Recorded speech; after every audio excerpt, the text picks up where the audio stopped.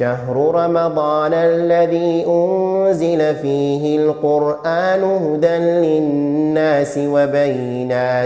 وبينات من الهدى والفرقان فمن شهد منكم الشهر فليصمه ومن كان مريضا أو على سفر فعدة من أيام أخر. walaalkeennaa kale ee markaa ka cawday isagoo jinaabaysan qabowga iyo maydhashadiisa ka cawday waxaan marmarsiyo ahayn ma habboona in marmarsiyo laga dhigo yaa miyay wanaagsantahay cibaadada ilaahay in laga cudur daarto ama laga warwareego ma habboona cibaadadu waa quudka qulubta iyo waxaynu u abuurnaynba ka waran haddii lagu idhaahdo cashada iyo qadada iyo quraacdaba iskaga seexo haddaanu kula hadallaan ku nidhaahno saddexdaaba ka naso maxaad odhanaysaa wargaajaan baktiyaya dee walaalahe war qada la'aan iyo casho la'aan isa isugu kay darinaya bi'i waaye waxsiya baad odhanaysa ruuxduna waa saas oo kale oo hadday salaadihii weyda way kaa dhimanaysa dabeetana qolfoofun baad noqonaysaa qolfoof socda qofku markuu cibaadada u dadaalayo waxaani hawl lama yeeshaan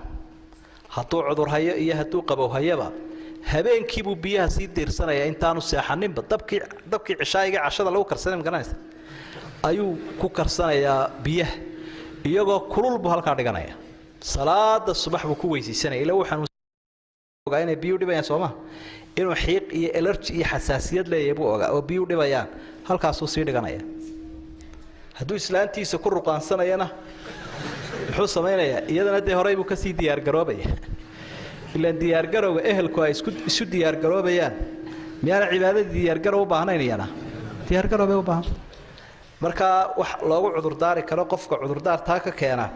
cibaadada Allah dhadhan iyo macaan u sameeyeen marka waa laga maarmaan inaynu u diyaar garoobno cibaadada waxay u baahan tahay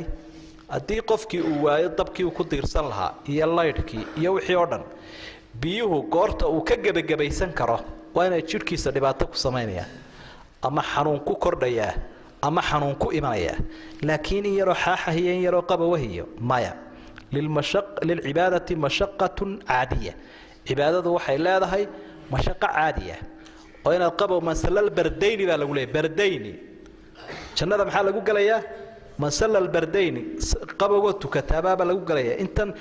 intan waaba inta lagu mashqaaca ee lagu tijaabinayaba qabowga yar ee dareemaysa marka haddaad intii ka cararto bilaa jannad noqonaysa idan marka jannada si aynu helno qabowga inaynu bareerno marka mashaqadii ay qeyr caadi noqoto ayaa cudur daarka la siinaya xanuun baa ku dhacaya hadduu biyahan ku maydho